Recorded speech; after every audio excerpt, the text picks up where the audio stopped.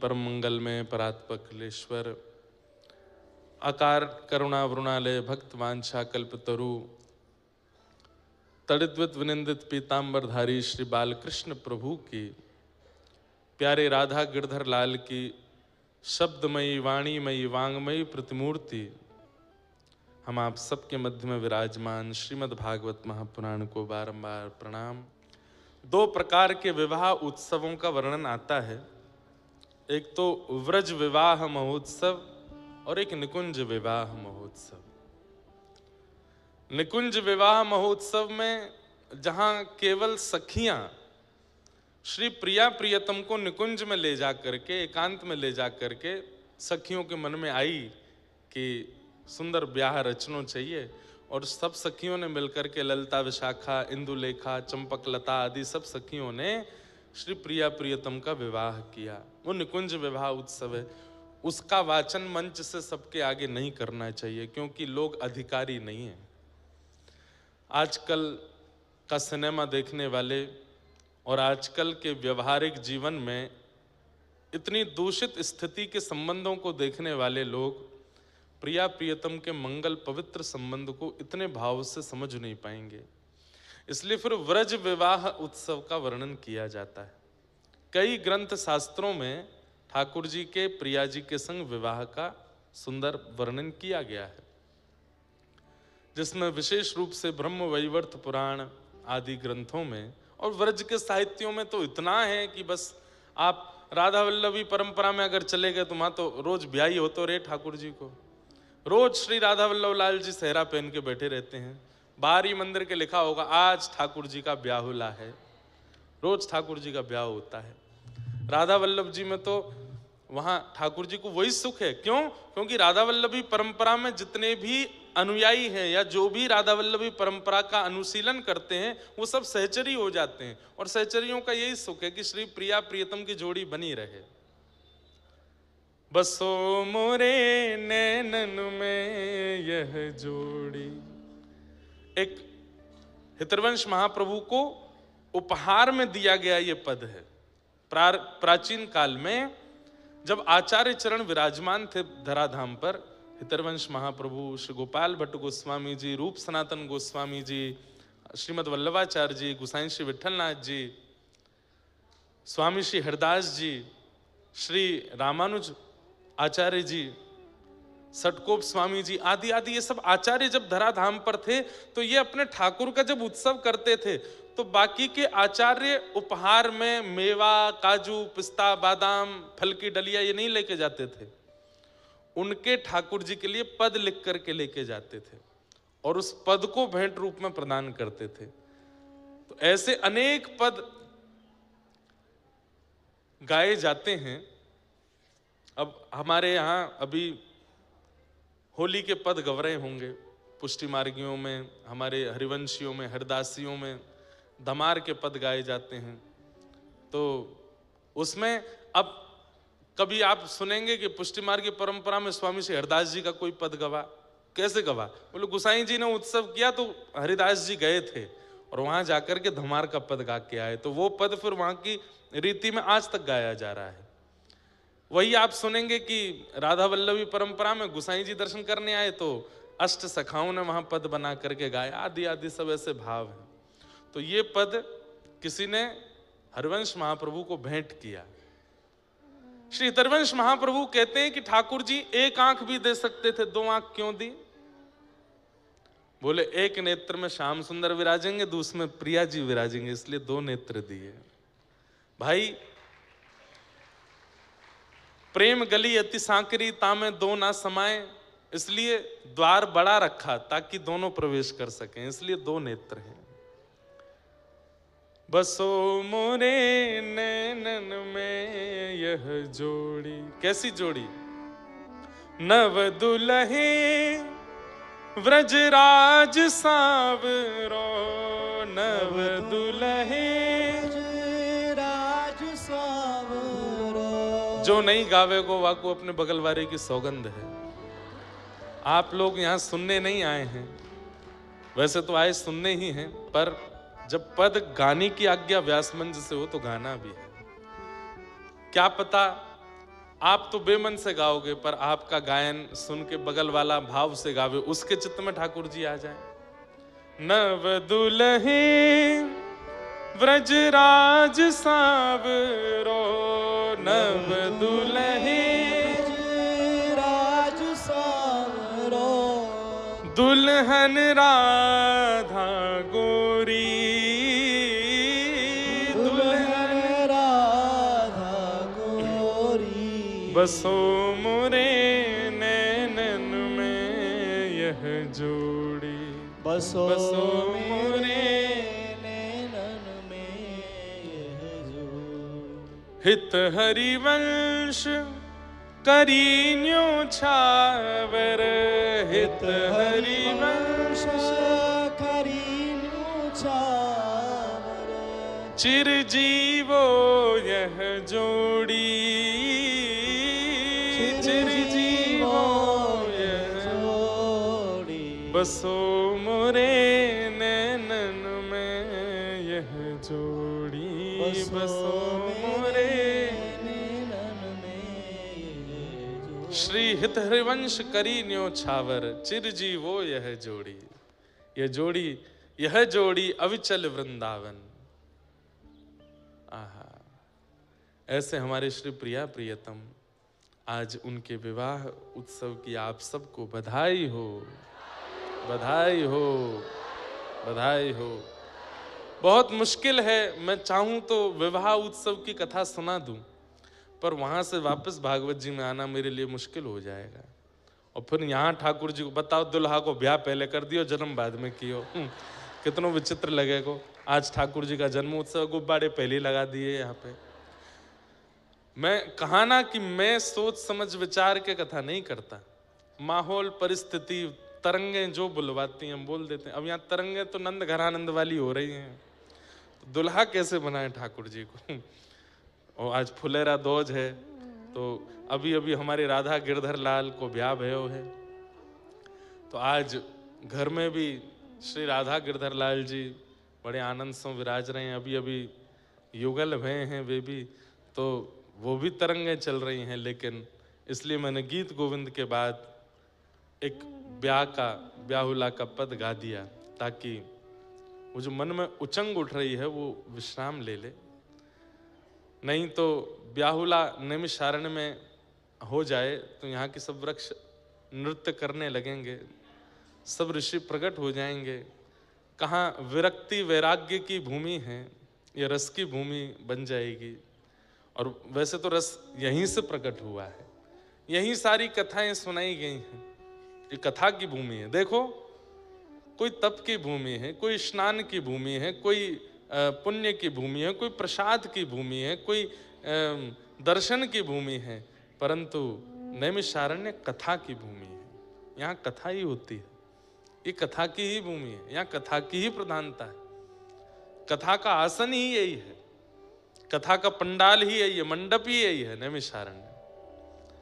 तो ब्याहुला है, बीच में कोई तरंग आएगी तो कुछ ना कुछ भाव सुनाते रहेंगे। बाकी आइए हम लोग अपने क्रम में प्रवेश करें, खूब विश्राम की ओर, ठाकुर जी के उत्सव की ओर हमें चलना है।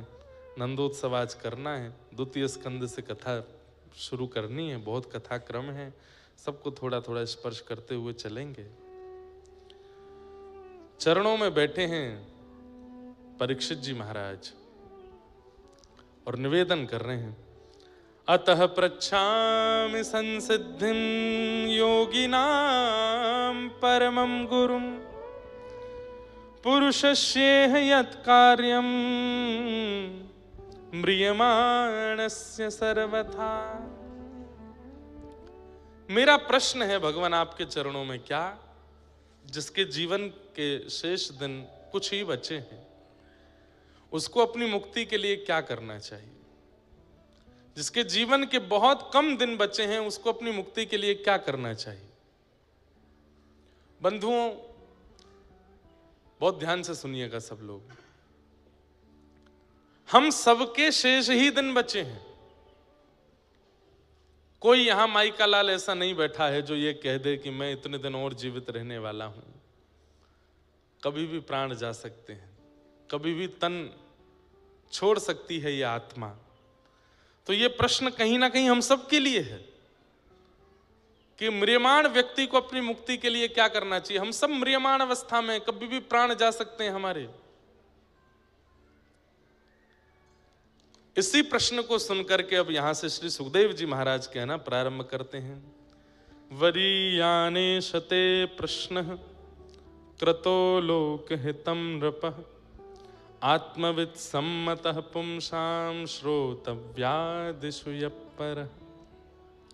राजन, तुम जो पूछ रहे हो कि जल्दी मरने वाले की मुक्ति का उपाय क्या है, अगर तुमने ये लोक हित के लिए प्रश्न किया है तो ये प्रश्न उचित है।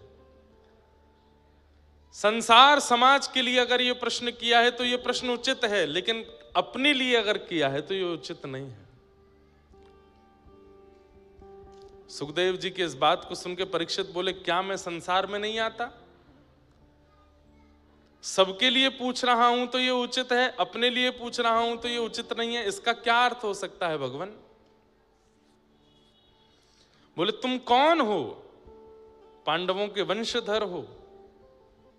तुम वो बालक हो जिसने जन्म से पूर्व भगवत दर्शन किया है मातृगर्भ में। हमने कथा नहीं कही थी, जल्दी में स्पर्श करके निकल गए थे। उत्तरा के गर्भ में जब तुम विराजमान थे, उस समय अश्वत्थामा ने तुम्हारी हत्या करने के लिए ब्रह्मास्त्र छोड़ा था, तब ठाकुर जी ने गर्भ में जाके तुम्हारी रक्षा की।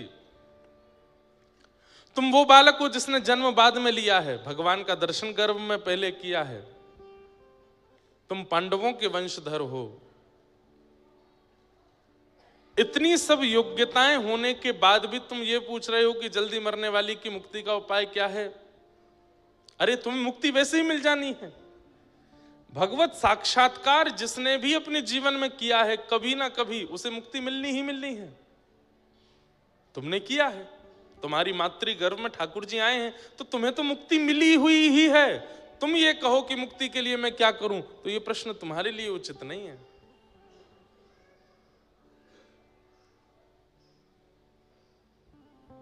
दूसरी बात, मुक्ति सबको मिली है।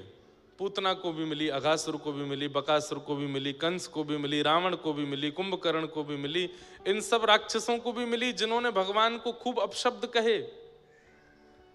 और वही मुक्ति राधे कृष्ण कृष्ण कृष्ण राधे गाने वाले हम आप सबको भी मिल जाए, तो हम में और राक्षसों में अंतर क्या है? भाई श्रेणी में थोड़ा अंतर तो हो। सब लोग इधर देखिए, ध्यान से सुनिए कथा। हमने पूरा जीवन निकाल दिया। आज नैमिषारण्य में कथा हो रही है। कितने लोग ऐसे हैं बेचारे, सुबह झूठ बोल के घर से निकलते होंगे। जो लोग यहाँ 7 दिन रुकने आए हैं उनकी बात तो नहीं है, पर कई लोग ऐसे हैं जो दौड़ भाग करके सीतापुर से आ रहे हैं, हरदोई से आ रहे हैं, लखनऊ से आ रहे हैं, कानपुर से आ रहे हैं। उस सुबह कुछ ना कुछ बहाने बना के जाते होंगे। कथा सुनने के बात नहीं कहते होंगे, कुछ और कह के निकलते होंगे, और यहाँ आके कथा सुन रहे हैं। आपका परिश्रम व्यर्थ हो जाएगा यदि इतना सब कुछ प्रयास करके कथा सुनी, उसके बाद मुक्ति मिली, और मुक्ति मिलते ही जैसे ही आप वैकुंठ पहुंचे तब आपने क्या देखा? अरे पूरा जीवन निकाल दिया, चप्पल घिस गई हमारी, कंठ अवरुद्ध हो गया, कीर्तन गाते गाते इतनी भागदौड़ करी, इतना परिश्रम किया भगवत प्राप्ति के लिए, और मिला क्या? पूतना के बगल वाला आसन। वहीं पूतना भी बैठी है, वहीं कंस भी बैठा है, वहीं अघासुर बकासुर धेनुकासुर सब बैठे हैं। अरे जब वैकुंठ प्राप्ति होनी ही थी तो हम भी पूतना की तरह ही उधमी बन के प्राप्त कर लेते। हम भी अब तो भाव को भाव अनखालसु नाम जपत मंगल दिश। भगवान नाम कैसा है? ध्यान से सुनिएगा। अग्नि, अग्नि को बहुत मनाओ। अरे अग्नि तू बड़ी प्यारी है, मैं तुझको घी पिलाऊंगा, मैं तुझको ये खिलाऊंगा, तू मुझको जलाना नहीं।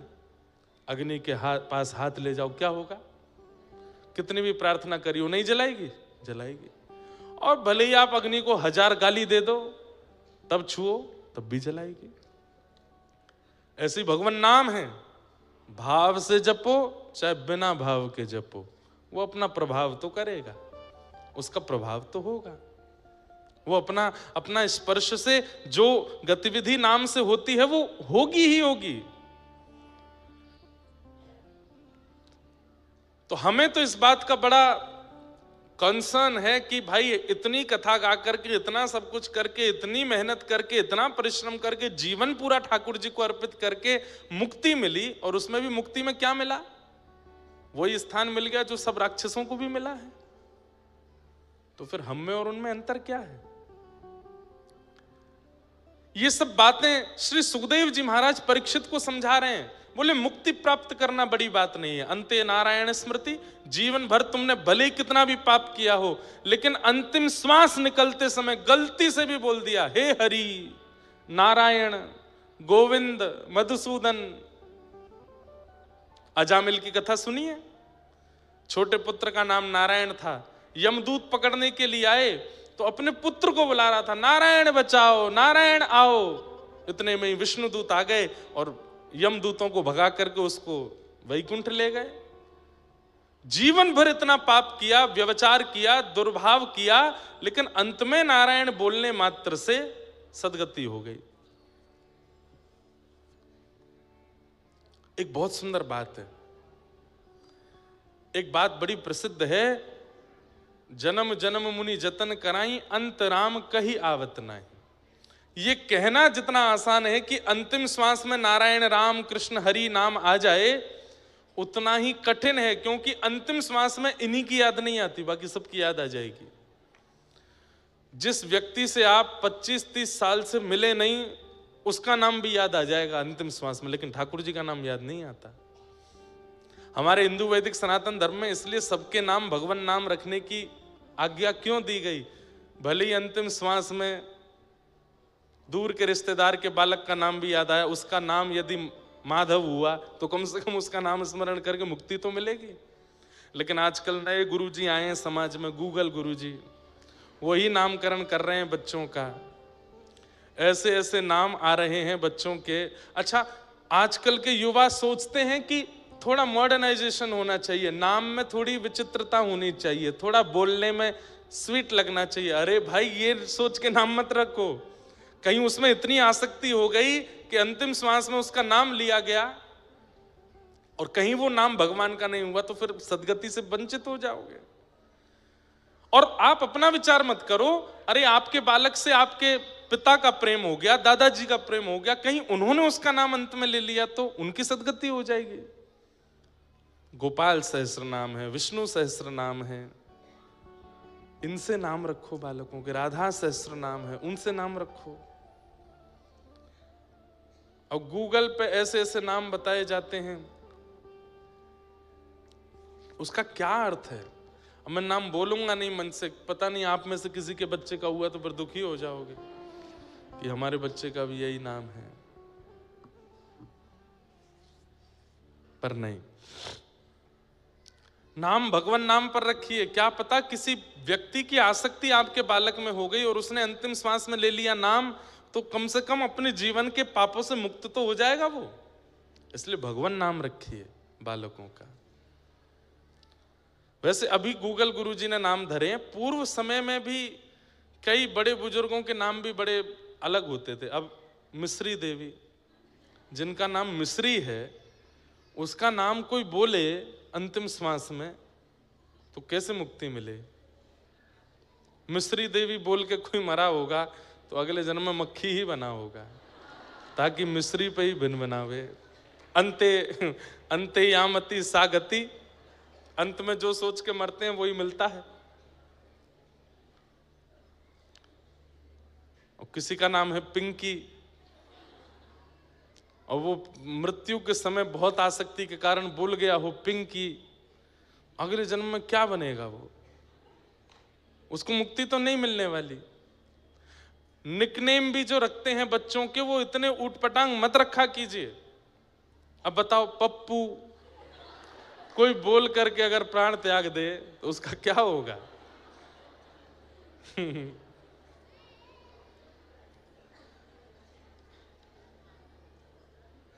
बहुत ऊंची बात है।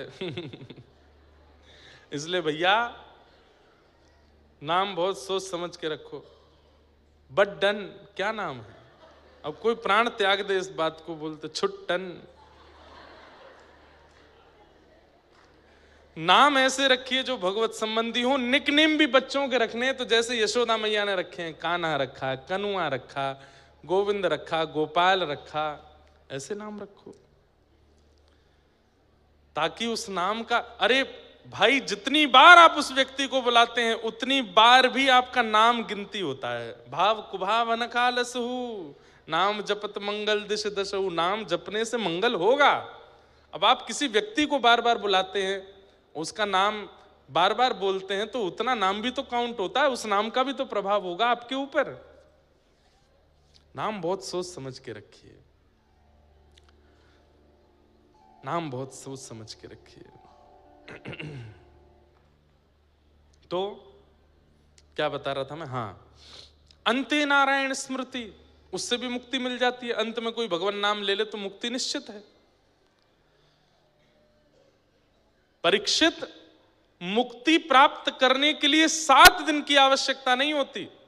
तुम कभी यह विचार नहीं करोगे कि एक ब्राह्मण बालक ने तुमको 7 दिन में मरने का श्राप क्यों दिया। उसने ऐसा क्यों नहीं किया कि उसने तुरंत हाथ में जल लेकर के कह दिया हो अभी अगले 7 मिनट में तक्षक सर्प डस दे और मृत्यु हो जाए राजा परीक्षित की। उसने 7 दिन क्यों दिए तुमको?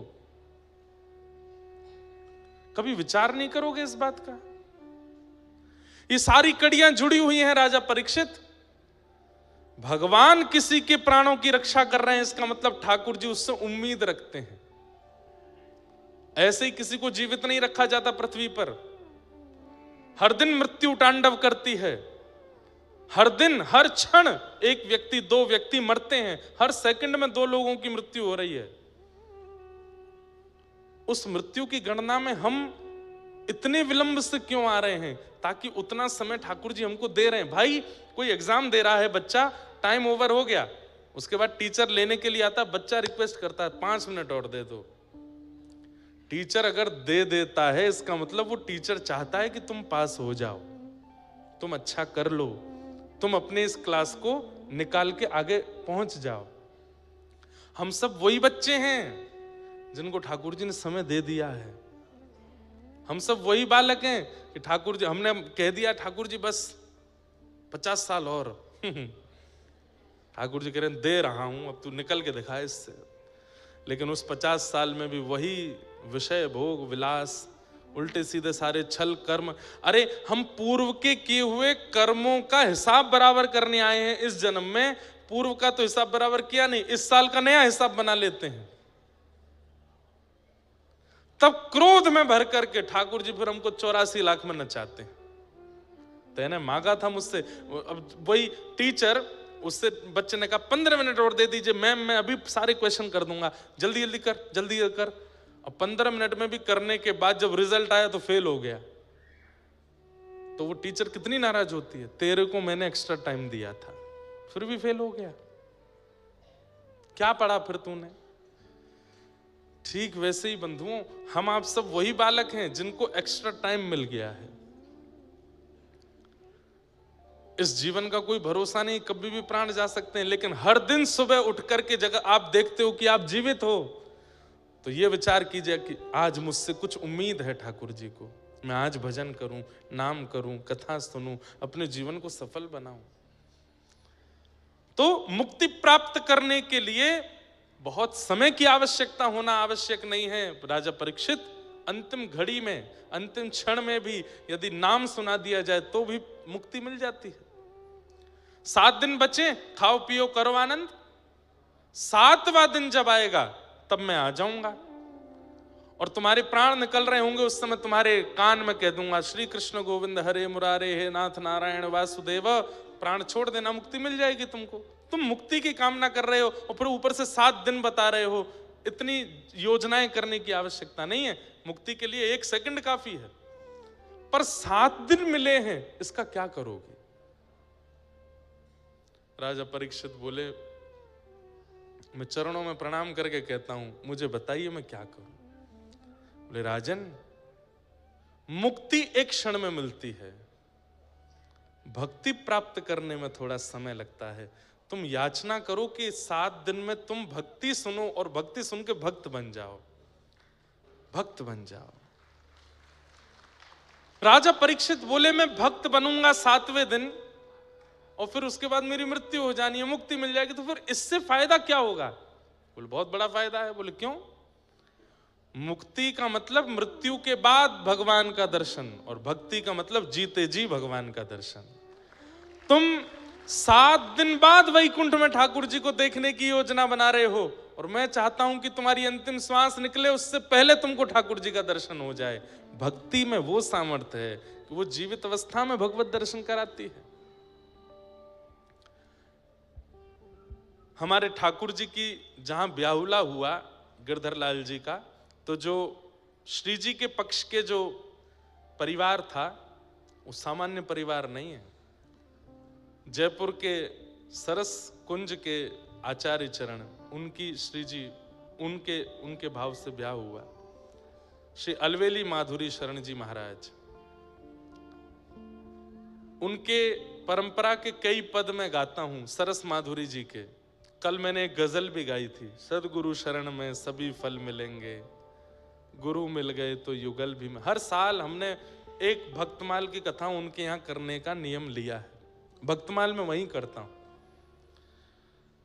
उनकी ही परंपरा में एक याकूब हसन, मोहम्मद याकूब करके एक भक्त हुए, उन्हीं की परंपरा में पूर्व में। उनका नाम श्री सरस माधुरी जी ने रखा था सनम। क्या नाम रखा था? वैसे तो उनका नाम कुछ और, दीक्षा के बाद नाम बदल देते हैं ना, शिष्य का एक नाम भगवत संबंधी नाम रखते हैं। जैसे हमारी परंपरा में जब दीक्षा होती है तो गोवर्धन रामानुज दास या फिर यमुना रामानुज दासी, ये इन भावों से नामकरण होता है। तो मोहम्मद याकूब, राजस्थान में एक स्थान है अलवर, वहां के एक प्रोफेसर के बेटे थे मोहम्मद याकूब। और इनके जो पिताजी थे वो अजमेर में एक हॉस्पिटल में उनकी नौकरी लग गई थी। बहुत ध्यान से सुनिएगा, भक्ति की सामर्थ्य देखिए। हम तो हिंदू हैं, हम तो वैष्णव हैं, हम तो कथा सुनते हैं, और मैं कोई अभिमानवश नहीं कह रहा हूं। हमने दीक्षा देना गत वर्ष प्रारंभ किया। उन दीक्षा लेने वाले सब वैष्णव बालकों में 4 बालक मुस्लिम भी हैं जिन्होंने दीक्षा ली है। जब दीक्षा लेने के लिए आते तो मैं पहले पूर्व का नाम पूछता हूं कि आपका नाम क्या है, तो नाम बताते हैं, और नाम के बाद फिर उस नाम से जो प्रेरणा मिलती है वो नाम गुरु प्रदत्त नाम उनकी शरणागति में रखते हैं। दिल्ली की बात थी, एक बालक आया, उसको दीक्षा दी। तो हमारे दीक्षा में 5 संस्कार होते हैं। 5 संस्कार में पहले तप्त मुद्रा दी जाती है, शंख चक्र, उसके बाद तिलक दिया जाता है, उसके बाद मंत्र दिया जाता है और फिर नाम दिया जाता है। तो मुद्रा देने के बाद हमने पूछा तुम्हारा नाम क्या है? नेत्र सजल हो गए। मैंने क्या हुआ? बोले आप छोड़ तो नहीं देंगे। मैंने कहा क्यों छोड़ूंगा, नाम बताओ। आप मुझे मना तो नहीं कर देंगे? मैंने कहा मैं नहीं करूंगा, नाम तो बताओ। तो फिर उसने अपना नाम, कुछ अली करके नाम था, नाम बताया। बोले महाराज जी मैं रोज गीत गोविंद करता हूँ, रोज कथा सुनता हूँ, मैं बिहार का निवासी हूँ, मेरा पूरा खानदान कट्टर मुस्लिम है, पर एक बार एक रील देख ली थी मैंने, और मैं उस समय बड़ी विषम स्थिति में था, प्राण त्यागने की स्थिति में था, और वो रील देख करके मैंने फिर ढूंढा कि कौन है। फिर मैंने उसके बाद कथा सुनी। मैं पिछले 2 साल से पूरी कथा सुनता हूँ। मुझसे आप गीत गोविंद सुन लीजिए, मुझसे आप नारायण कवच सुन लीजिए, गीत गोपी गीत सुन लीजिए, मुझे सब याद है। घर वालों से छुप छुप के सब करता हूँ। मेरी माँ मेरी सहायक है। मैंने उन्हें बताया कि मैं दीक्षा लेने वाला हूँ, हिंदुओं के गुरु जी से दीक्षा ले रहा हूँ।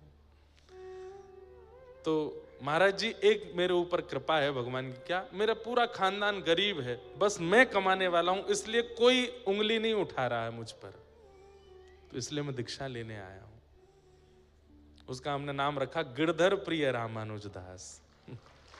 और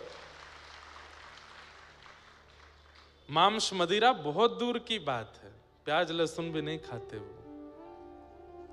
और जिस दिन से दीक्षा ली हमसे मिले भी नहीं है, बोले कि जब कुछ प्राप्त कर लूंगा तब आऊंगा आपके पास, आपको निराश नहीं करूंगा। आपने शरणागति की है तो आपको कुछ सुनाने के लिए या कुछ अनुभव करके ही आपके पास आऊंगा, तब तक मुख नहीं दिखाऊंगा आपको। मैंने कहा जय हो भैया। तो मोहम्मद याकूब अलवर में रहते थे, उनका चरित्र है पूरा। पिताजी एक हॉस्पिटल के हेड बन गए थे अजमेर में, तो पिताजी ज्यादातर अजमेर रहते थे, कभी कभी अलवर आते थे।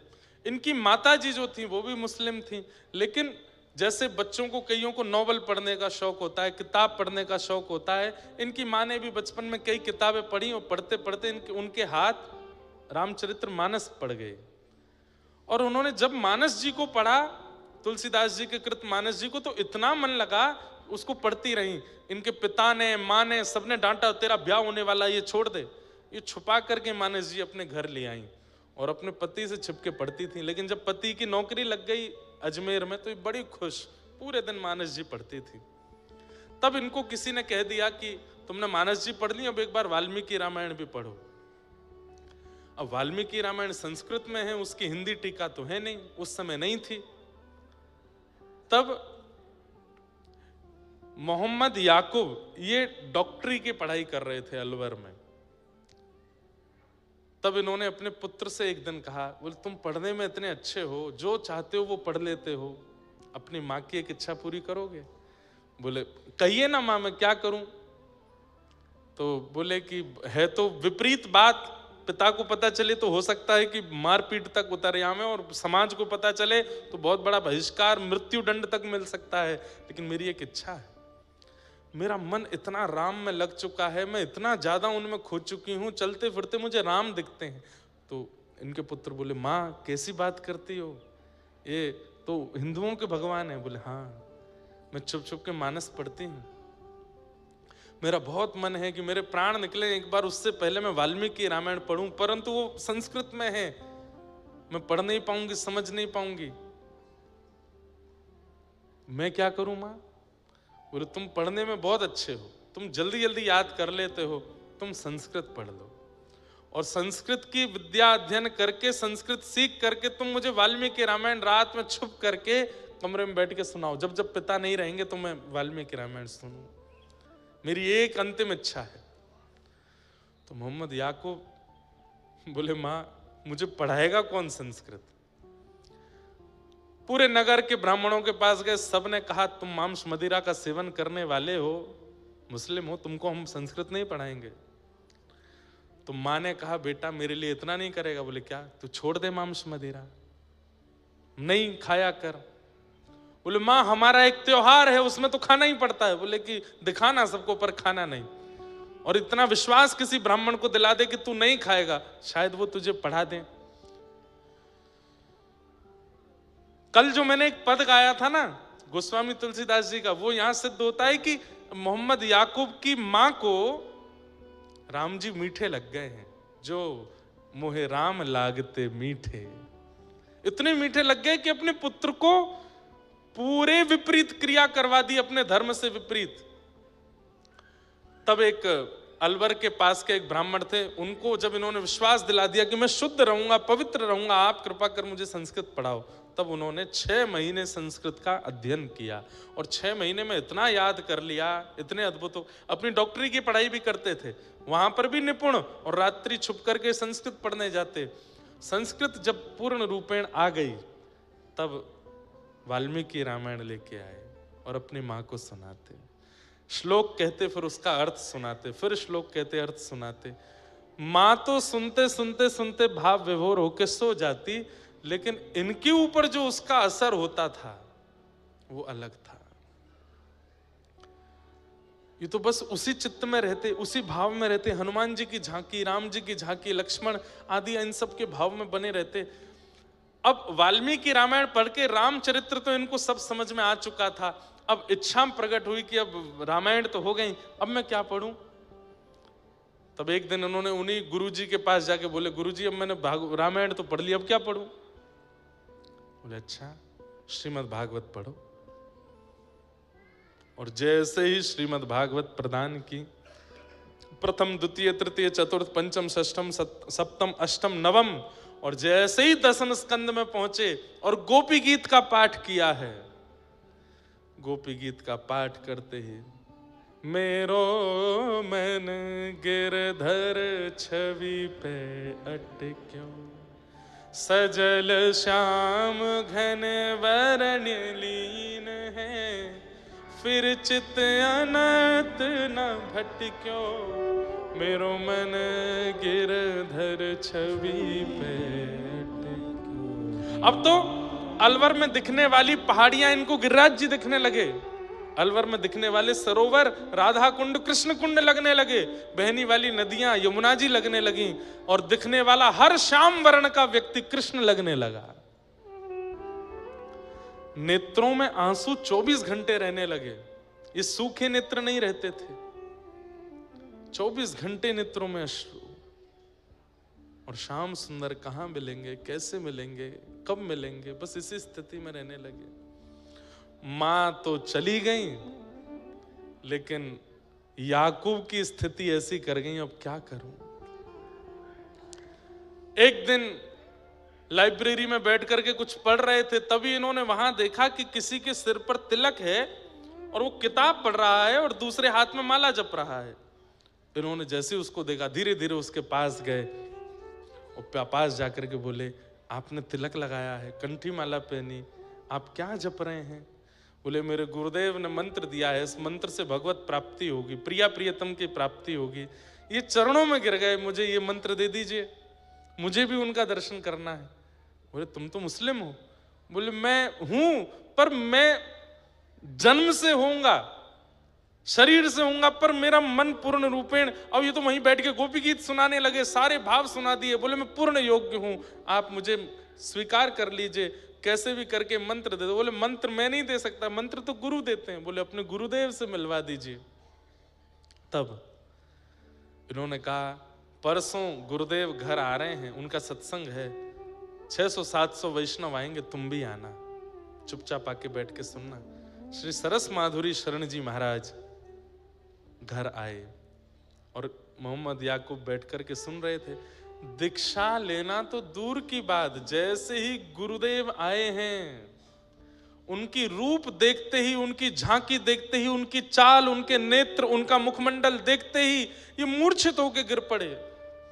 उनको ऐसा लगा जैसे मानो प्रिया प्रियतम एक तनु होकर के मेरे सामने आ गए। होश में लाए, बोले, तुम कुछ कहना चाहते हो, बात करो। बोले, कुछ नहीं, मेरे सारे समाधान पूर्ण हो गए। बोले, तुम्हें दीक्षा की, दीक्षा भी हो गई, इनके दर्शन ही दीक्षा है, बस ये जो आज्ञा कर दें वो। उन्होंने भी हृदय से लगाया और दीक्षा प्रदान करी।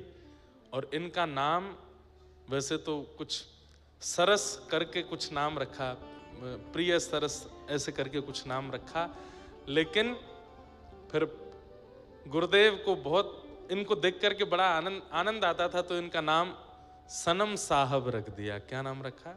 सनम साहब। और सनम साहब जी ने फिर ऐसे ऐसे पद गाए हैं, ऐसे ऐसे भाव गाए हैं श्री प्रिया प्रियतम के मिलन के। अनुपम माधुरी जोड़ी हमारे श्याम श्यामा की, ये सब भाव उसी परंपरा के। तो मुक्ति मतलब मृत्यु के बाद भगवत दर्शन, और भक्ति मतलब जीते जी ठाकुर जी का अनुभव। चाहे आप किसी जाति में हो, बिरादरी में हो, परंपरा में हो, कैसे हो कैसे नहीं हो, इससे कोई फर्क नहीं पड़ता। भक्ति जीवन में आ जाती है तो जीते जी ठाकुर जी का अनुभव होने लगता है। ठाकुर जी अनुभूति ही कराते हैं, ये बात लिख लीजिएगा, अनुभव ही होता है उनका। जैसे उस दिन नंदू भैया को यहां पर कोई डाल मचलती हुई दिखी, अब आप भूत प्रेत नहीं मानना, जिनको देख के भय लगे समझो वो भूत प्रेत है, और जिनको देख करके और देखने की इच्छा हो, जिस अनुभूति को देख करके, जिस भाव को देख करके और समीप जाने की इच्छा हो, समझ जाना वो अबनॉर्मल स्थिति जो दिख रही है वो ठाकुर जी ही हैं, वो आपको ही अनुभव करा रहे हैं। भक्ति तुम भक्ति चुनो, मुक्ति नहीं। श्री परीक्षित जी महाराज ने तुरंत सुखदेव जी के चरणों में प्रणाम किया और प्रणाम करते हुए कहा, भगवान अब मुझे मुक्ति की याचना नहीं है, क्या करें। समीचीनम बचो ब्रह्मन् सर्वज्ञस्य त्वानघ तमो विशीर्यते मह्यं हरे कथयतः कथा। अब मुझे कुछ नहीं चाहिए नाथ, बस आपके चरणों में प्रणाम करते हुए अब हरि की कथा सुनाओ। मेरी चिंता का विषय अब ये नहीं है कि मृत्यु के बाद मुझे मुक्ति मिले, अब चिंता का ये विषय है कि मेरे प्राण निकले उससे पहले हरि मेरे सामने आ जाए, मैं उनका दर्शन कर लूं, मैं उनका अनुभव कर लूं, बस यही मुझे चाहिए और कुछ मुझे नहीं चाहिए। श्री सुखदेव जी महाराज ने यही बात जान करके, यही बात समझ करके अब यहां से कथा सुनाना प्रारंभ किया है, कथा सुनाना प्रारंभ किया। सबसे पहले तो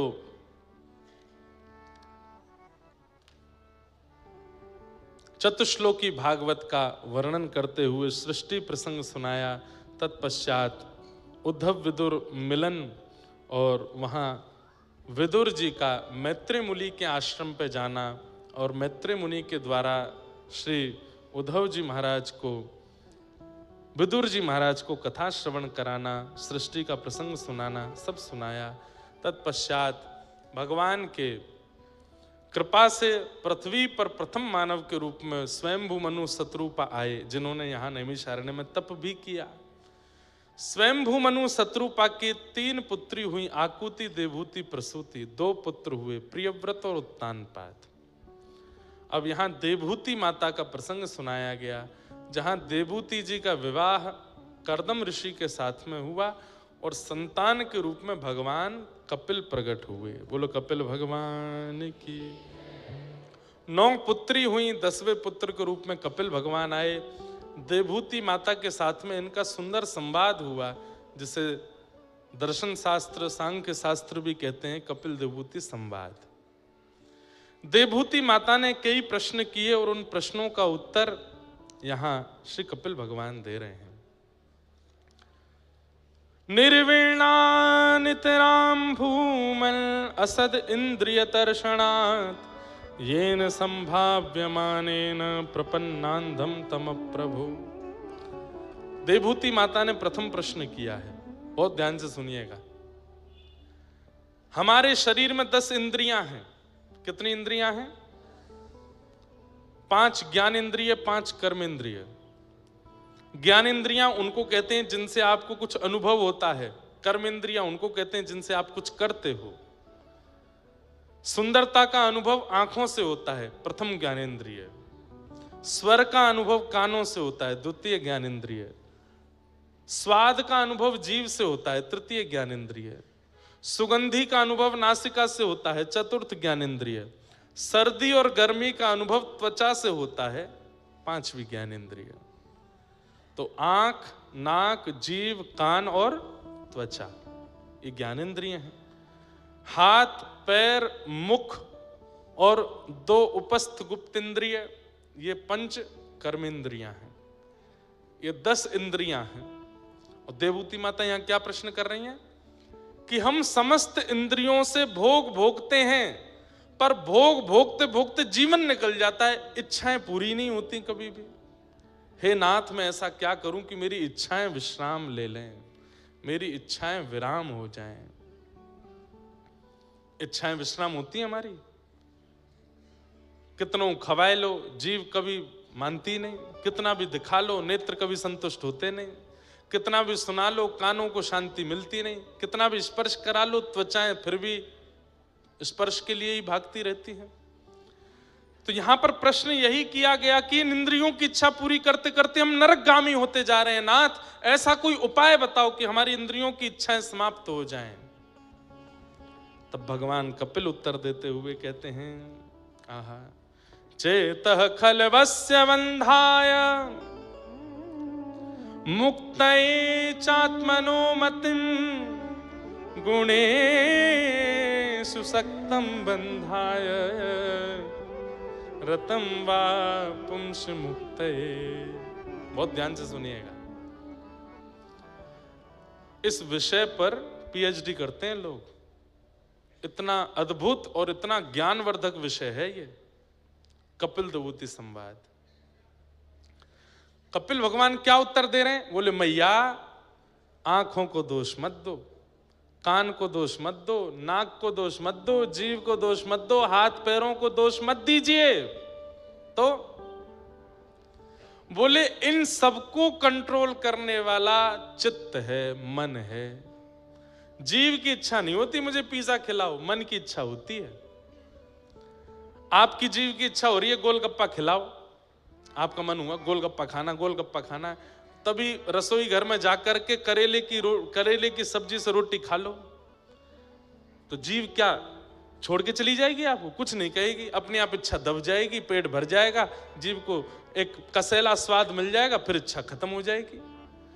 इच्छाएं इंद्रियों की नहीं होती, इच्छा मन की होती है। वही बात यहां भगवान समझा रहे हैं। बोले मां इन इंद्रियों को दोष मत दीजिए, इंद्रियां बुरी नहीं है, इंद्रियों से इच्छा प्रकट कराने वाला, इनका स्वामी बनकर के अंदर बैठा है राक्षस, उसका नाम है चित्त। चेतः खलवस्य बंधाय, बंधन का कारण इंद्रियां नहीं है, बंधन का कारण मन है। इसका उदाहरण बताऊं, जब व्यक्ति 80 वर्ष का हो जाता है, आंखों पे पड़ेगा जाला, नाक से बहेगा नाला, लाठी से पड़ेगा पाला, जरा जिंदगानी का, उस समय पर भी इन इंद्रियों की इच्छाएं बहुत होती हैं। जब छोटे छोटे बच्चे गोलगप्पे खाते हैं अपनी अम्मा के सामने, बिना दांत वाली अम्मा का मन तो बहुत होता है, पर वो खा ही नहीं सकती हैं क्योंकि इंद्रियां बलवान नहीं है। इच्छाएं नहीं मरती हैं, हमारी इंद्रियां खत्म हो जाती हैं, पर इच्छाएं तब भी जीवित रहती हैं।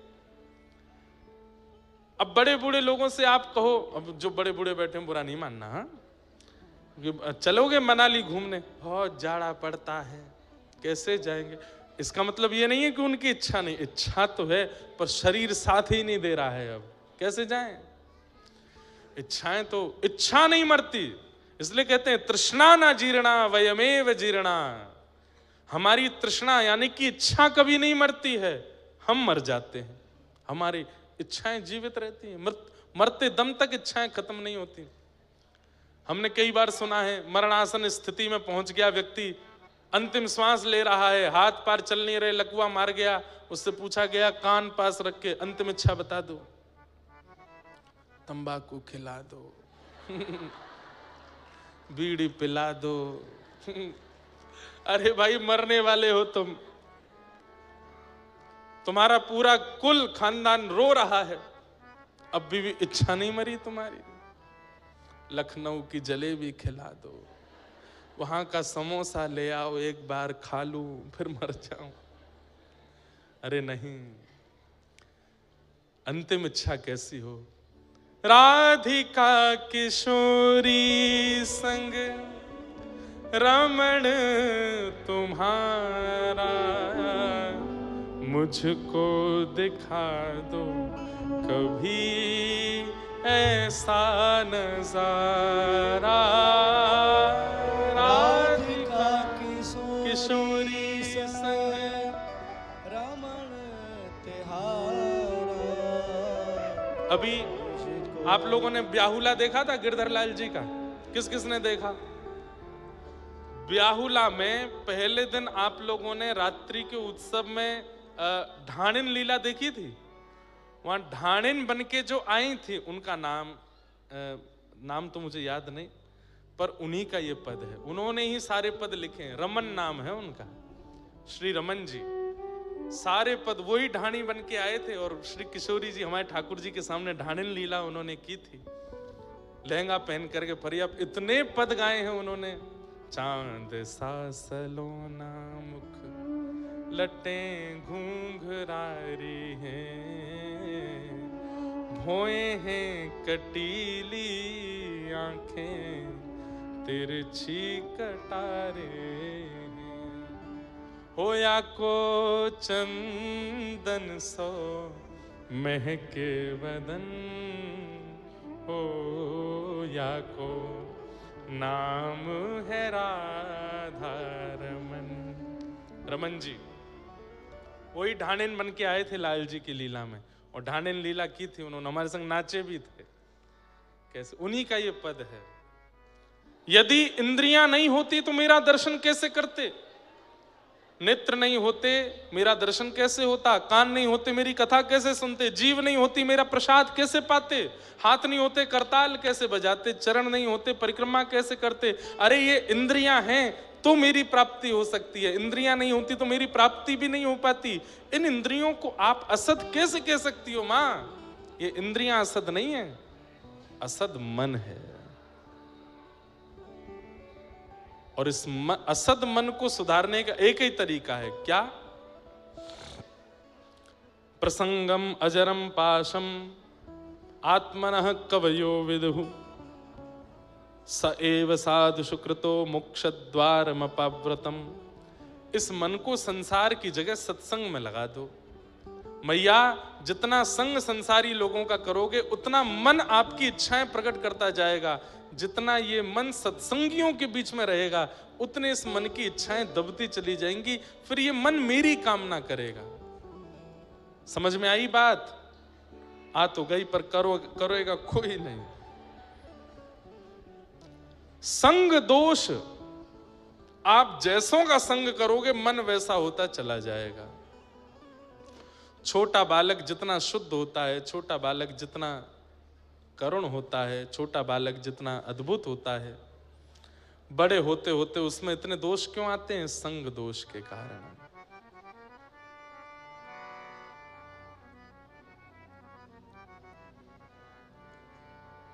माता जी को मार्ग दे दो जाने का, पहले तो कूद फाद के आगे आएंगी, फिर बीच में जाती हैं।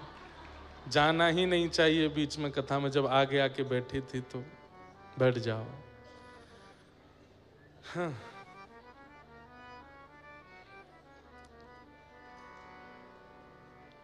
तितिक्षव कारुणिका श्रुहृद सर्वदेहिनां, अजात शत्रवः शांता साधवः साधुभूषणात्। ये पंच लक्षण बताए हैं। ये पंच लक्षण जिसमें हो उसका संग करना चाहिए। भगवान कह रहे हैं सबसे पहला सहनशीलता, पेशेंस, जो कि आज की तारीख में 99% लोगों में नहीं है। पेशेंस नहीं है। लोग बाग कहते हैं आजकल बच्चों को डिप्रेशन हो जाता है, आजकल बच्चे एंजाइटी के शिकार हो जाते हैं। डिप्रेशन एंजाइटी पहले भी थी, लेकिन पहले लोग इतने ज्यादा बलवान होते थे कि वो जीवन में आई परिस्थिति से लड़ना जानते थे। आजकल के बच्चे जानते ही नहीं। जैसा चाहते हैं वैसा जब नहीं मिलता है तो परेशान हो जाते हैं। जो अरे इन बातों पे बच्चे परेशान हो जाते हैं कि ये पहनना चाहते थे और माता पिता ने नहीं दिलवाया, इसलिए डिप्रेशन में है। ये डिप्रेशन का कारण है।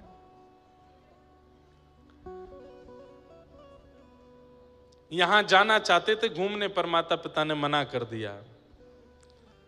अब तो खैर माता पिता की आज्ञा वाला समय चला गया, अब तो अपनी इच्छा से कर लेते हैं, और वह भी नहीं कर पाए तो दुखी हो जाते हैं, परेशान हो जाते हैं, विचलित हो जाते हैं। पेशेंस, पेशेंस का मतलब सहना ही नहीं होता। पेशेंस इन सब चीजों में लागू होता है। जो हमें चाहिए अगर सहजता से प्राप्त हो तो अच्छा, नहीं प्राप्त हो तो उसके लिए ज्यादा हाय तौबा नहीं मचाना, इसको भी पेशेंस कहते हैं। तितिक्षव पहला लक्षण। तितिक्षु बनिए, सहना सीखिए, थोड़ा सहा कीजिए। और भैया एक बात बोलूं, अगर सहना नहीं आता है तो अभी तो शुरुआत है। संसार में बहुत कुछ सहना पड़ेगा, बहुत कुछ ये संसार देता है। हम व्यासपीठ पे बैठे हैं, हमको केवल माला दक्षिणा मिलती है ना, खूब गालियां भी देते हैं लोग, उल्टी सीधी बातें भी बना देते हैं लोग, जो मन में आता है बोलते हैं, लेकिन सहना सिखा दिया व्यासपीठ ने। इसलिए हमको बहुत माला पहनाने वाले और फोटो खिंचाने वाले मिलते हैं तो अभिमान चित्त में नहीं आता। क्यों? क्योंकि गाली देने वाले लोग भी हैं, उल्टा सीधा बोलने वाले लोग भी हैं, और कई बार माला पहनाने वाले ही गालियां देते हैं। इसलिए ना काहू से दोस्ती, ना काहू से बैर, ना किसी को ज्यादा प्रेम दो, ना किसी से ज्यादा बैर करो। अपना जीवन है, कितना समय है कुछ पता नहीं है, भजन करके निपट लो यहां से। ये संसारवाद में पढ़ना ही नहीं है, निंदा स्तुतियों के बीच में जाना ही नहीं है। अपने ठाकुर जी की सेवा करो, कथा सुनाओ, सुनो, प्रेम से निकलो यहां से। ज्यादा यहां के चक्कर में पढ़ना नहीं है, बहुत खतरनाक है संसार। पेशेंस। और कथा सुनने वाला, कथा कहने वाला अगर व्यक्ति पेशेंस लेस है तो उसने कभी कथा नहीं सुनी, उसने केवल आडंबर और नाटक किया कथा में आकर के। उसने केवल कथा का आडंबर किया है। सहना सीख जाए, समझो कथा। तितिक्षव। कथा सत्संग करने वाले व्यक्ति का दूसरा लक्षण क्या है? कारुणिका, करुणा। बहुत जल्दी करुणा आ जाती है, बहुत जल्दी नेत्र सजल हो जाते हैं, बहुत जल्दी दया आ जाती है। करुणा, कारुणिका। श्रुहृदः सर्वदेही नाम। सभी देहधारियों के प्रति मंगल की भावना जिसके चित्त में रहती हो, सबका मंगल हो, ये तीसरी लक्षण है कथा सुनने वाले का। तितिक्षवः, कारुणिका, श्रुहृदः सर्वदेही नाम। और चौथा लक्षण अजात शत्रवः, किसी को अपना शत्रु नहीं मानता। और कथा सुनने वाले श्रोता का पांचवा और सबसे विशिष्ट लक्षण शांता, मौन रहता है, कम बोलता है, सधा हुआ बोलता है, जितना चाहिए उतना बोलता है, बस, उससे ज्यादा नहीं। हम अपने मित्रों के साथ में रहते हैं, हम अपने परिकर के साथ में रहते हैं, खूब उधम मचाते हैं, पर जब हम बाहर रहते हैं हम बहुत कम बोलते हैं, सबसे ज्यादा बोलना नहीं। अपने आप को परसों एक मैं बता, जगन्नाथ मंदिर में कुछ संत जन, हमारे संप्रदाय के प्रमुख जन बैठ के आपस में खूब मधुर चर्चा कर रहे थे और शास्त्रार्थ जैसा चल रहा था। उस बीच में कई बातें थी जो मुझे भी आती थी, मैं चाहता तो बोल सकता था, पर नहीं, सुनने में सुख। मुझसे किसी ने कहा आपने क्यों नहीं बोला? मैंने कहा देखो, हम उतना ही बोलेंगे जितना हमको पता है, पर हम शांत रहेंगे तो वो भी मिलेगा जो हमको नहीं भी पता है। इसलिए शांत रहो, मौन रहो। पर लोग इसको नहीं समझ पाते, सब अपनी सुनाना चाहते हैं, सब अपनी बताना चाहते हैं, सब अपनी बोलना चाहते हैं।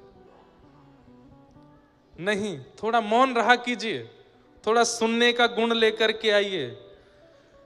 और जो व्यक्ति मौन नहीं रहता है,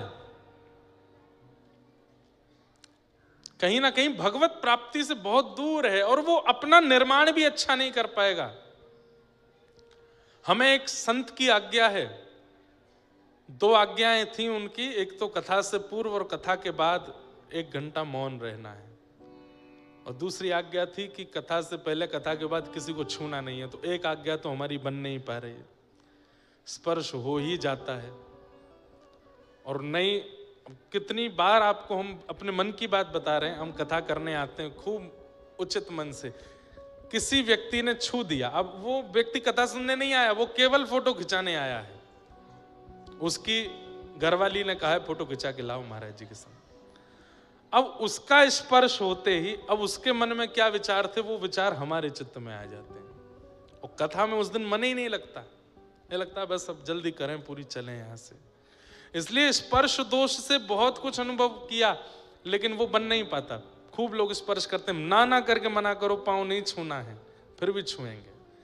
उससे उनको क्या मिलता है पता नहीं, पर हमारे तो कई भाव नष्ट हो जाते हैं। प्रणाम छू करके किया जाए ऐसा कहीं नहीं लिखा। प्रणाम कैसे किया जाता है? आचार्य दिखे जहां खड़े हैं वहीं दंडवत हो गए, उसे प्रणाम कहते हैं। उनके पास आने का भी इंतजार नहीं किया, वहीं से दंडवत किया। माताएं बहनें हैं तो षष्ठ अंग से प्रणाम किया, और भाई लोग हैं तो दंडवत प्रणाम किया, वहीं से प्रणाम करते हैं। पास जाना, छूना, छू करके प्रणाम करना, इसका विधान नहीं है। अरे बिना आज्ञा के आप किसी को नहीं छू सकते। आचार्य की इच्छा नहीं है, फिर भी उसकी, अब हमारी तो कई जगह धोती खुलते खुलते बची है, हमें तो बहुत संभल के चलना पड़ता है। खड़ा हूं वैसे ही पहनते, मैं तो नीचे देख के चलता हूं कि मेरे पैर कहीं लड़खड़ा में नहीं गिर गए। 3-4 बार मोच आ चुकी है पैर में, पैर छिपवाने के चक्कर में। लेकिन क्या करें, नहीं मानते लोग, भाव भी चला जाता है और प्रणाम का कोई फल भी नहीं मिलता। दूर से कोई प्रणाम कर रहा है, वंदन कर रहा है, उसके प्रति दृष्टि पड़ जाती है ना आचार्य की, तो वहीं से आशीष निकलता है, जा भैया मंगलमय हो तेरा।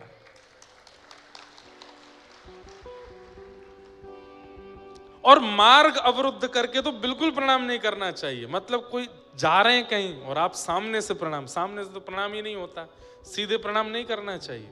देखो, प्रणाम करना सीखिए।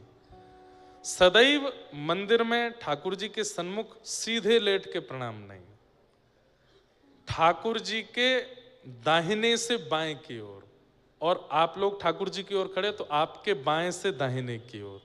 मतलब अगर अभी खाटू श्याम जी आए तो हमको प्रणाम इधर से इधर करना है। उसके पीछे कारण क्या है? ठाकुर जी जब एक स्थान पर विराजमान हो जाते हैं तो ठाकुर जी के बाम अंग में सब ऋषिजन, आचार्यजन खड़े होकर के वंदना करते हैं। अगर आप बाएं ओर से प्रणाम करोगे तो आपकी कमर और पैर उन ऋषियों की ओर हो जाएगी। सामने से लक्ष्मी जी प्रणाम करती हैं और आदि आदि देवी देवता प्रणाम, सामने से प्रणाम करोगे तो उनके प्रति चरण हो जाएंगे। और इधर हमारे पितृजन खड़े होते हैं तो उनकी ओर हम करके प्रणाम करते हैं, तो अपनी ओर से भी प्रणाम हो जाता है, अपनी परंपरा की ओर से भी प्रणाम हो जाता है। इसलिए सदा दाएं से बाएं लेट करके प्रणाम करना चाहिए, आचार्यों को या ठाकुर को, किसी को भी सीधे नहीं। प्रणाम का भी नियम है, स्पर्श करके नहीं करना चाहिए। जब तक आचार्य और ठाकुर की इच्छा ना हो, मंदिर में आप छू नहीं सकते ठाकुर जी को, पुजारी ही छूते हैं। ऐसे ही आचार्य भी जब तक आज्ञा ना दें तब तक उनको छूना नहीं चाहिए। तो कथा सुनने वाले के लक्षणों में दिखने लगता है कि वो कथा सुनता है, और उसका एक विशिष्ट लक्षण है कि वो कम बोलता है, मौन रहता है, वो सुनने में ज्यादा रुचि रखता है, कम बोलता है। ये 5 लक्षण हैं: सहनशीलता, दया, सबके प्रति मंगल की भावना, अशत्रुता, किसी के प्रति शत्रुता नहीं, और मौन।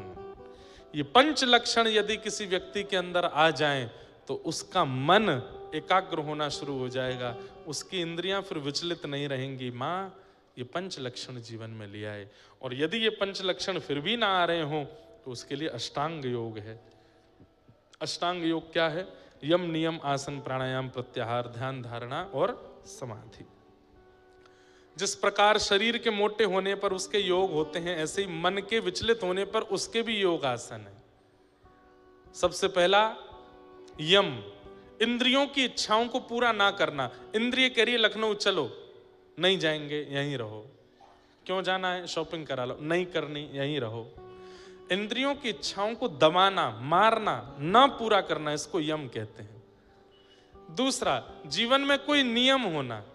एक नियम निश्चित जीवन में होना चाहिए, सद नियम, यम, नियम। तीसरा है आसन, एक आसन पर ज्यादा देर बैठने का प्रयास करो, बार बार आसन बदलना नहीं चाहिए। यम, नियम, आसन। तीसरा प्राणायाम, प्राणायाम की कोई भी विधि करो और प्राणायाम करते समय भगवान नाम उच्चारण करते रहो। वैसे तो पूरक, रेचक, कुंभक इनके विषय में बताया गया। एक श्वास नली से श्वास अंदर लें और उस समय भगवान नाम लें, दोनों श्वास नली को बंद करके श्वास को ब्रह्मरंध्र में लेके भगवान नाम लें, दूसरी श्वास नली को छोड़ते हुए जब श्वास छोड़ें तब भगवान नाम लें। ये सब मन को एकाग्र करने के तरीके हैं। यम, नियम, आसन, प्राणायाम। और फिर 5वां प्रत्याहार, आहार की शुद्धि। कहीं भी नहीं खाना है, कुछ भी नहीं खाना है, व्यवस्थित खाना है। और ध्यान, धारणा, समाधि, ये 3 आपको करने नहीं पड़ेंगे। ये 5 हो गए तो ये 3 अपने आप हो जाएंगे। अष्टांग योग बताए, 25 तत्वों का वर्णन आदि आदि सब किया, बहुत सुंदर है, सबको वर्णन किया। सिद्धेभूति माता सिद्धता नाम की नदी बन करके बहने लगी। कपिल भगवान गंगा सागर में जाके विराजमान हो गए। बोलो कपिल भगवान की। आगे प्रसंग अब हम जल्दी जल्दी पूर्ण करेंगे। श्री उत्तानपाद राजा के 2 ब्याह हुए। बड़ी पत्नी के पुत्र ध्रुव, छोटी पत्नी के पुत्र उत्तम। ध्रुव जी महाराज छोटी माँ की डांट के कारण वन में गए। वन में जाके भजन किया, भगवान प्रसन्न हुए, उनकी स्तुति गाई। 36,000 वर्ष तक ध्रुव जी ने राज्य किया। ध्रुव जी के वंश में पूरी वंशावली उनकी बताई गई। उन्हीं के वंश में बैन नाम के एक राजा हुए। उन्हीं के शरीर के घर्षण से पृथु महाराज प्रकट हुए, जिनकी कृपा से इस धरती को पृथ्वी कहा गया। जिन्होंने 10,000 कान ठाकुर जी से वरदान में मांगे कि 2 कान आपकी कथा सुनने के लिए बहुत कम है नाथ, कृपा करके 10,000 कान मुझे प्रदान करो। भूगोल खगोल का वर्णन किया गया, नरकों का वर्णन किया गया। तत्पश्चात इसी मध्य में भरत जड़ भरत रघुगण संवाद सुनाएगा। सबको हम प्रणाम मात्र कर रहे हैं क्योंकि ठाकुर जी का उत्सव भी करना है। अब हमारी स्थिति ऐसी हो गई है कि उस समय परीक्षित के पास 7 ही दिन बचे थे, इसलिए सप्ताह कथा में सुखदेव जी ने पूरी कथा पूरी की और 24 घंटा सुनाते थे, तब जाके पूरी हुई। अब आज 3 घंटे 3.5 घंटे कथा होती है, 7 ही दिन है। और फिर बीच बीच में हमको भक्तजनों के चरित्र याद आते हैं, कीर्तन याद आ जाते हैं, कैसे पूर्ण करें। इसलिए आज के युग की आवश्यकता को देखते हुए जो विषय उपयुक्त लगता है उस विषय को कह करके पूर्ण करते हैं। बाकी साल में एक कथा हम ऐसी करते हैं जो मासिक कथा होती है, 1 महीने की। वो कथा गत वर्ष नासिक में हुई थी। इस वर्ष मासिक कथा का समय नहीं दे पाए हैं, तो 15 दिन की कथा है नासिक में। प्रहलाद चरित्र तक पूर्व में कथा हुई थी। अब इस बार महाराज जी की वहाँ की आज्ञा होगी तो प्रहलाद चरित्र से आगे का प्रसंग वहाँ विस्तार से सुनाएंगे। सब विषयों को प्रणाम मात्र करते हुए चलते हैं। तत्पश्चात इंद्रद्युम्न राजा, यही चित्रकेतु राजा, अपने किसी अपराध के कारण वृत्रासुर बनकर के आए और इन्होंने भगवान की परम सुंदर स्तुति गाई। भगवान प्रसन्न हुए। तत्पश्चात हिरण्यकश्यप के यहाँ पर भगवान के परम भक्त श्री प्रहलाद जी का प्रादुर्भाव हुआ। खम्भ से भगवान नृसिंह बनकर के प्रकट हुए और श्री प्रहलाद जी महाराज पर अनुग्रह किया। और नृसिंह भगवान की। कुछ समय पूर्व एक चलचित्र फिल्म आई थी महाअवतार नरसिंह। उसके जो निर्माता थे उन्होंने भी कई भाव कथाओं से सुन करके और मिल करके पूछ करके उसमें चलचित्र में दिखाए। बहुत पसंद की लोगों ने। वो इतनी बढ़िया पिक्चर बनी, इतने सुंदर सुंदर उसमें भाव दिखाए गए। वो सब भाव प्रहलाद चरित्र में सुनाए गए। पर प्रहलाद चरित्र का एक प्रसंग है, उसे कह करके हम प्रहलाद जी को प्रणाम कर लेंगे। भगवान नृसिंह जब प्रकट हो गए, सब उनके रूप को देख करके भाग गए। लेकिन तभी ब्रह्मा जी ने देखा कि प्रहलाद सामने हाथ जोड़े खड़े हैं। तो ब्रह्मा जी ने जाके प्रहलाद जी से कहा, प्रहलाद, इनके रूप को देख करके सब डर रहे हैं और ये सब पर क्रोधित हो रहे हैं, लेकिन ये तुम्हारे लिए आए हैं, तुम पर क्रोध नहीं करेंगे, तुम पास जाओ। तब प्रहलाद जी महाराज, छोटे से प्रहलाद जी, विशाल विकराल नृसिंह भगवान का स्वरूप, क्रोध में बैठे हैं। हिरण्यकश्यप की अंतड़ियों को अपने गले में ले रखा है, जो हाथ में आता है उसी को मसल देते हैं। ऐसी स्थिति में और पृथ्वी डामाडोल सी हो रही है। ठाकुर जी को क्रोध आ जाए तो प्रलय आएगा। आकाश में काले काले बादल गर्जना कर रहे हैं, बिजली कड़क करके तीनों लोकों को हिला रही है। सब सोचने लगे कि अब तो प्रलय आएगा, क्योंकि भगवान का क्रोध शांत नहीं हो रहा है। तब प्रहलाद जी गए और छोटे से प्रहलाद जी ने जाकर के भगवान के सामने हाथ जोड़ के कहा, ब्रह्मा दय सुर गुणा मुनयोथ सिद्धा सत्वैकतान मतयो वचसां प्रवाहि नाराधितुं पुरगुणैरधुना पिपीप्रू किम तोष्टुमर्हसि समे हरिरोग्रजाते।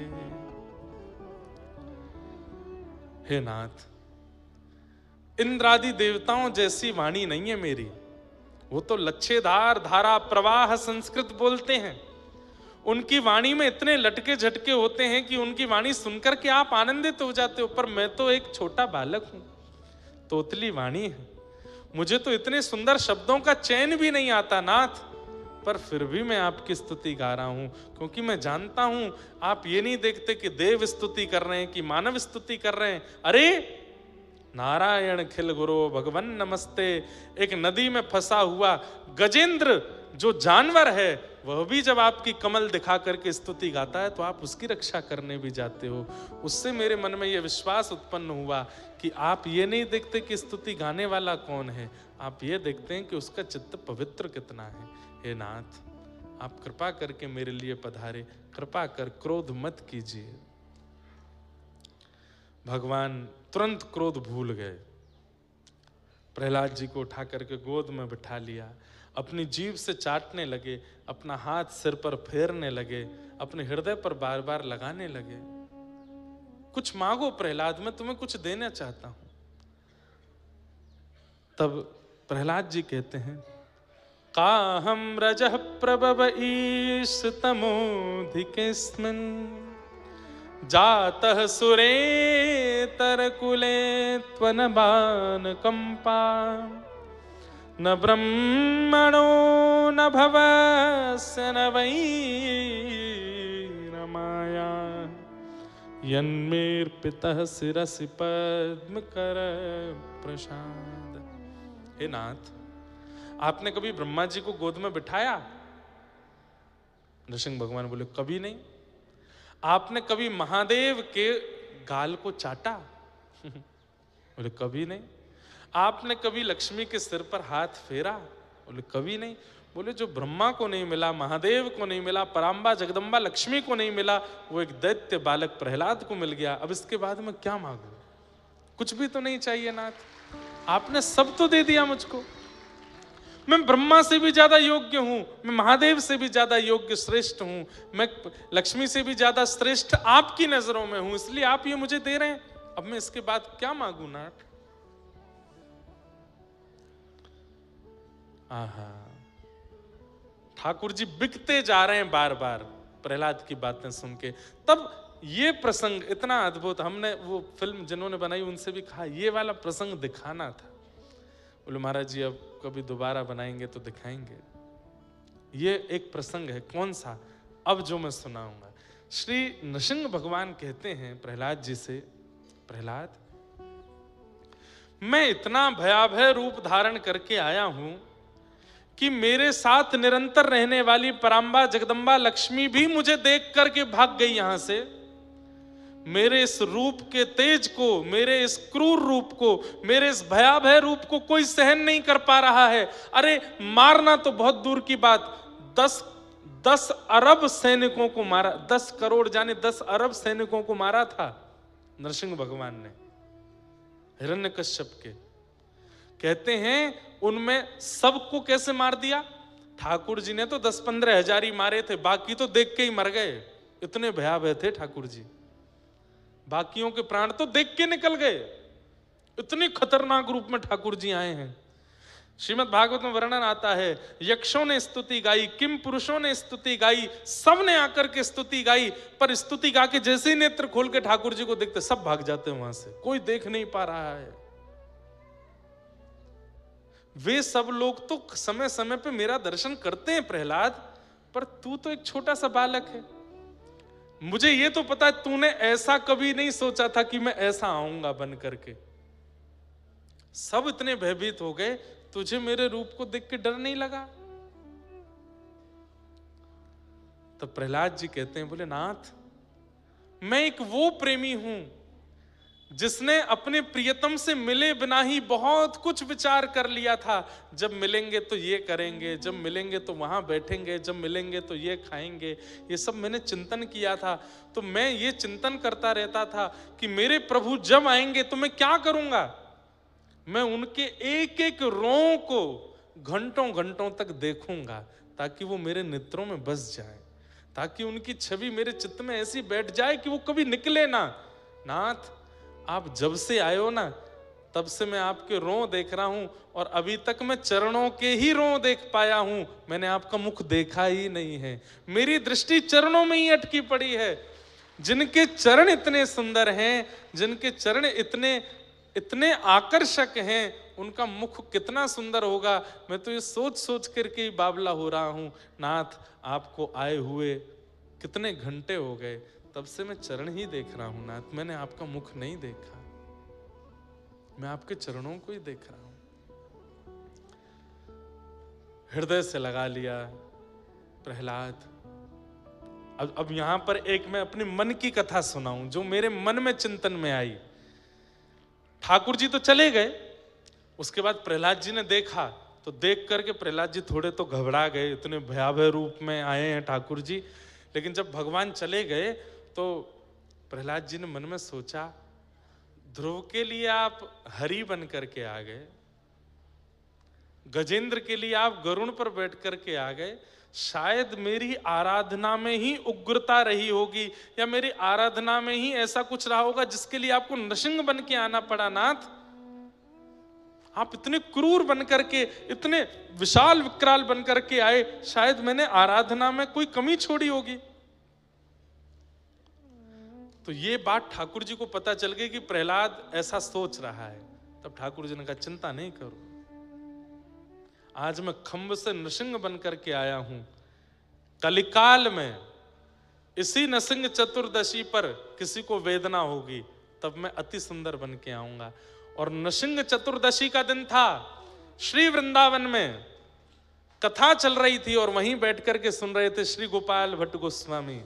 और उन्होंने जब सुना कि खंभ भेदन करके भगवान नृसिंह प्रकट हो गए, दौड़ करके गए और अपने शालिग्राम भगवान के सामने रोने लगे कि आप खंभ भेदन करके जब नृसिंह बन सकते हो, तो इस शालिग्राम से आप ठाकुर बन के क्यों नहीं प्रकट हो सकते।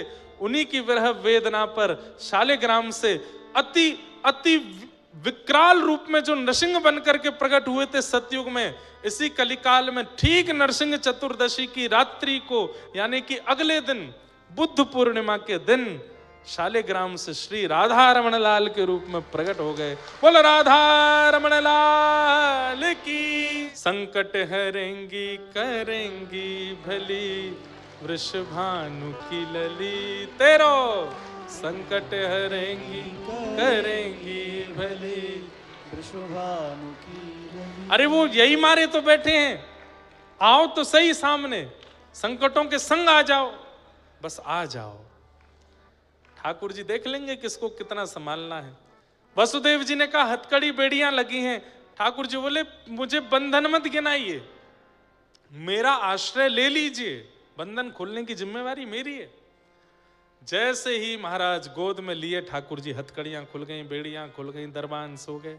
ठाकुर जी बोले, यही होता है, शरणागति लो, बंधन खोलने तोड़ने की जिम्मेवारी मेरी है, शरण तो आइए।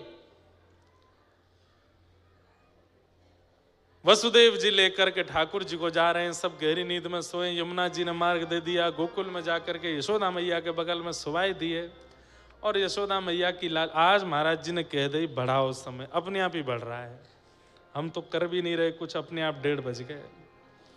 और उत्सव होते होते 2 बजे ही जाएंगे। बेचारो भूखो ब्राह्मण कल राते, भूखो प्यासो बैठो कथा सुना रो है। अच्छा, कल रात में भी हमने पाया नहीं। यहाँ जब नंदू भैया हमारे कीर्तन कर रहे थे, उसके बाद गए, भारत का मैच आ रहा था। तो मैच देखते देखते 11 बज गए। हमने कि 11 बजे पाएंगे, फिर कब नींद फिर आती नहीं, क्योंकि फिर भारी भारी रहता है। तो हल्का सा, हम यहाँ बगल में ही हमारा गुरु स्थान है, पता है आपको, रामानुज कोट। ये हमारी परंपरा, जिस परंपरा से हमारी दीक्षा है, ऐसे जीयर स्वामी मठ हमारे दक्षिण भारत के श्री तोताद्री मठ की परंपरा का स्थान है, हमारा गुरु स्थान है। आज जाइएगा दर्शन करने। श्री रामानुज कोट कल गए तो वहां पर हमारे श्री वैष्णव परंपरा में इमली के सुंदर चावल बनते हैं, इमली डाल के। इमली और दाल डाल के, उसको बोलते हैं फुलेरा। हैं, फुलेरा ही बोलते हैं ना, क्या फुलहरा?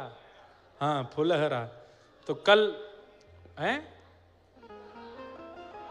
अरे नहीं भैया फुलहरा, कुछ तो हमको ज्ञान है।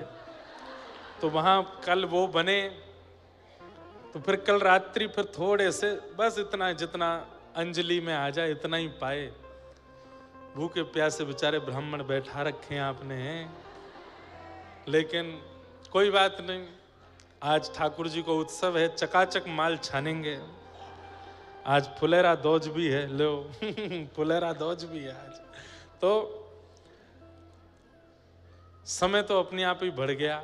अब अधिकतर कथाएं 3 बजे से होती है ना, तो दिन भर के सारे नियम क्रम हो जाते हैं, भोजन प्रसाद सुबह ही पा लेते हैं, फिर कथा करते हैं। लेकिन अब यहाँ कथा करने के बाद हमारा मन हो रहा है कि सुबह ही किया करें कथा, सुबह की बढ़िया रहती है। सुबह बढ़िया प्रेम से कथा कर लो, उसके बाद कुछ पा लो, थोड़ी देर आराम कर लो। आराम हमको पता नहीं सारण में ही मिल रहा है, और कहीं तो मिलता ही नहीं है, और कहीं तो बस छेछाल इधर चलती रहती है। बहुत बुरा हाल हो जाता है। सिक्योरिटी हम रखते नहीं है, कोई ऐसा वो नहीं। आते प्रेमी बहुत, प्रेमियों की संख्या 90% होती, पर 10% उनमें सेल्फी वाले आते हैं, वो ज्यादा परेशान कर देते हैं। तो वो सब यहाँ पे थोड़ा बचे हैं उनसे। तो वसुदेव जी ठाकुर जी को सुवायाए, लाली लाए करके दे दी कंस को।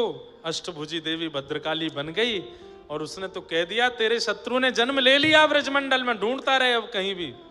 कंस यहाँ ढूंढ रहा है, पर हम लोग चलें गोकुल। गोकुल में भैया सब ब्रजवासीन की एक ही कामना है कि नंद बाबा के एक लाला है जाए। 80 वर्ष के है गए नंद बाबा, एक लाला है जाए बस, कैसे करके। सब ब्रजवासी यमुना जी को प्रणाम करते हैं, सब गैया को प्रणाम करें, और ब्रज से प्रार्थना करें हमारे नंद बाबा को एक लाला दे दो। अब सबन को लगवे लगी कि अब की बार जो ये नंदरानी यशोदा मैया गर्भवती भैया, अब के लाला ही होएगो। नंदा सुनंदा दोनों ये ननद हैं नंदरानी यशोदा की। जैसे ही पहुंची नंद भवन में, तो देखी आज सवेरे भोर है गई, सूर्य निकल आयो, अभी तक सोए रही हैं नंदरानी यशोदा मैया। यशोदा मैया तो ब्रह्म मुहूर्त में जग जायो करें, आज इतनी देर तक सोए रही हैं। तभी देखो यशोदा मैया के बगल में नेक सो एक लाला पोड़ो है, एक बालक पोड़ो है। लाला है कि लाली जे ना पतो। दोनों ने जाके देखी, मुखमंडल देखा, आहा नील सरोरुह, ऐसा लग रहा है जैसे नील सरोवर। और जब ठाकुर जी थोड़ी सी आंख खोले तो ऐसा लगता है नील सरोवर में 2 कमल। इतने सुंदर ठाकुर जी। देख करके नंदा सुनंदा तो बलियां लेने लगी, लाला है कि लाली ने देख तो।